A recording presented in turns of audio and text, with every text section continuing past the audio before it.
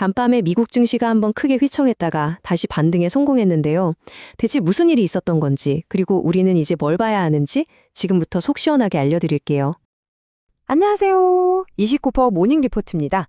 간밤 미국 시장의 핵심 흐름 지금부터 알기 쉽게 쫙 정리해드리겠습니다. 네, 오늘 얘기의 핵심이 바로 이겁니다. 시장이 하루 만에 충격을 듣고 일어섰고요. 이제 투자자들의 관심은 다른 게 아니라 진짜 기업들이 돈을 잘 벌고 있는가 하는 바로 그 실적으로 빠르게 옮겨가고 있다는 겁니다. 사실 아시아 증시는 와르르 무너졌었는데 뉴욕은 분위기가 완전 달랐죠. 충격을 정말 빠르게 흡수하고 안정을 되찾았어요.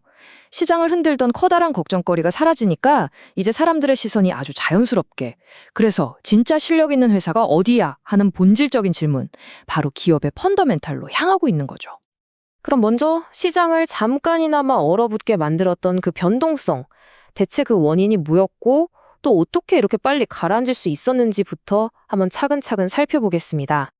자, 도대체 무엇이 시장에 이렇게 갑작스런 충격을 줬을까요?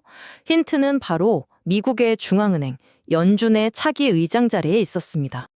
바로 이 사람, 케빈 워시 때문이었는데요. 이분이 시장에서는 아주 대표적인 매파로 알려져 있거든요. 매파가 뭐냐면 좀 쉽게 말해서 물가 잡으려면 금리 팍팍 올려야 돼 하는 강경파라고 보시면 돼요.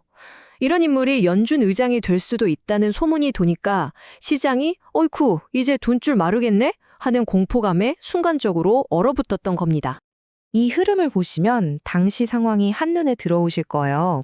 먼저 워시 지명 가능성이 딱 떠오르니까 금이나 은, 가상자산 같은 자산들이 제일 먼저 폭락하면서 공포 분위기를 만들었어요.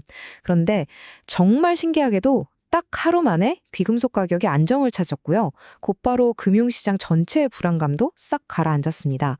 말 그대로 하루짜리 해프닝으로 끝난 셈이죠.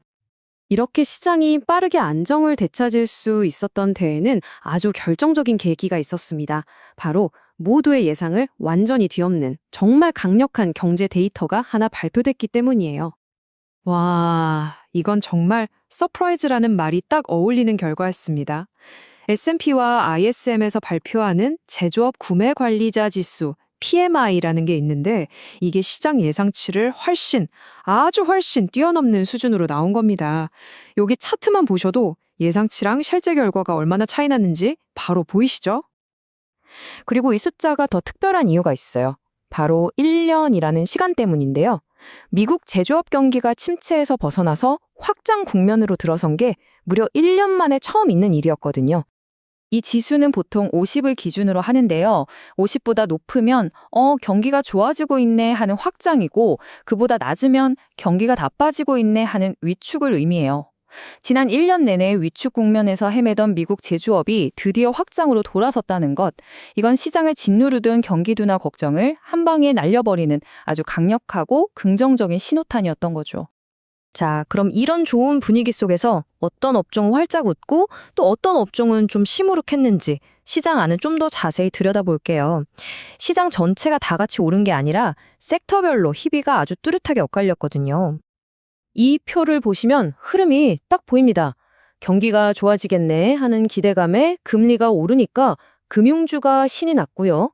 제조업이 살아나니까 당연히 반도체와 원자재 관련주들도 강세를 보였죠. 반면에 그동안 시장을 이끌어왔던 일부 대형 기술주나 위험자산으로 취급받는 가상자산 관련주들은 조정을 받았어요. 돈의 흐름이 지금 바뀌고 있구나 하는 신호로 볼 수 있겠죠. 개별 종목 얘기를 해보면 이 흐름이 훨씬 더 재밌습니다. 먼저 반도체 쪽을 보면 TSMC나 마이크론은 AI 수요 기대감으로 아주 강했지만 대장주인 엔비디아는 오히려 파트너십 문제 때문에 살짝 주춤했어요. 한편 팔란티어라는 회사는 모두의 예상을 깬 어닝 서프라이즈로 시장의 스타가 됐고요. USA 레어얼스는 정부 정책 덕분에 급등했죠. 근데 재밌는 건 코인베이스예요. 비트코인 가격은 올랐는데 정작 코인베이스 주가는 약세를 보였거든요. 이게 바로 시장의 초점이 이제는 개별 기업의 실적이나 이슈로 완전히 옮겨갔다는 증거입니다.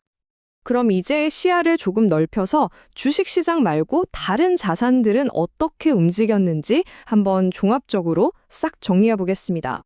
역시 가장 눈에 띄는 건 달러의 강세입니다. 와, 미국 경제 생각보다 훨씬 튼튼하네? 이게 확인되니까 달러 가치가 강하게 올라갔고요. 반대로 유가는 좀 약했습니다. 아까 말씀드린 것처럼 금이랑 은 가격은 하루 만에 충격에서 벗어나서 안정을 되찾았고요. 우리 원달러 환율은 1,452원 근처에서 큰 움직임 없이 마감됐습니다. 그리고 마지막으로 정말 중요한 변수가 하나 더 있어요. 바로 미국 정부 셧다운 때문에 고용지표처럼 시장 전체를 흔들 만한 굵직한 경제 데이터 발표가 줄줄이 연기됐다는 점입니다. 이게 무슨 말이냐면요. 투자자들이 참고할 만한 큰 그림, 즉 거시지표가 없는 일종의 진공 상태가 된 거예요. 그러니까 자연스럽게 시장의 모든 눈은 개별 기업의 성적표, 즉 실적으로 쏠릴 수밖에 없는 환경에 만들어진 거죠. 자, 그럼 지금까지 나온 얘기들을 전부 종합해서 앞으로 시장이 어떻게 될 것 같고 우린 어떻게 대응해야 할지 그 결론을 한번 내려보겠습니다. 오늘 분석의 핵심, 바로 이 한 장의 그림으로 요약할 수 있습니다. 시장의 무게중심이 바뀌고 있다는 거예요.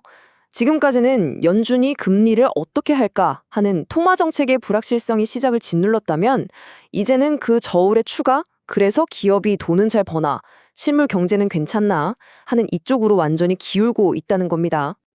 그래서 최종 결론입니다.